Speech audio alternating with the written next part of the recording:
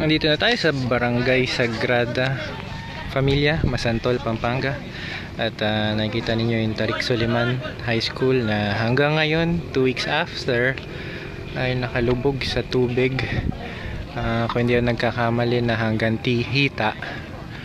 At yun yung makikita. Actually, mga classroom na to ay elevated na, pero pinasok pa rin sila.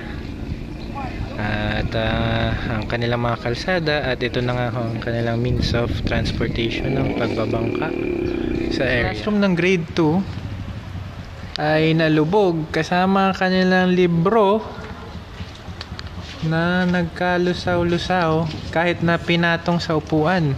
So inabot pa rin.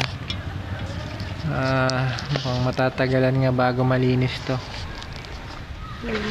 Kakaibang amoy yung nanggagaling dun sa mga basang libro. At ito nga yung library ng Tarik Soliman ngayon, pagkatas nung dumaan na 2 bagyo.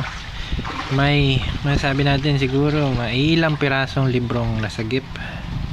So nasa gitna tayo ng eskwelahan at para siyang dagat. At may kasama tayo dito, mga bata. Nag-aaral kayo dito? Opo. Yanong grade? Opo, 4. Grade 4, ikaw? 3. Grade 3. Okay. So, wala kayong pasok simula nung bumagyo, no? Kailan kaya kayo makakapasok ulit? Walang sinabi sila, teacher? Wala po. Wala. Mukhang matagal pa kayong maglilinis dito.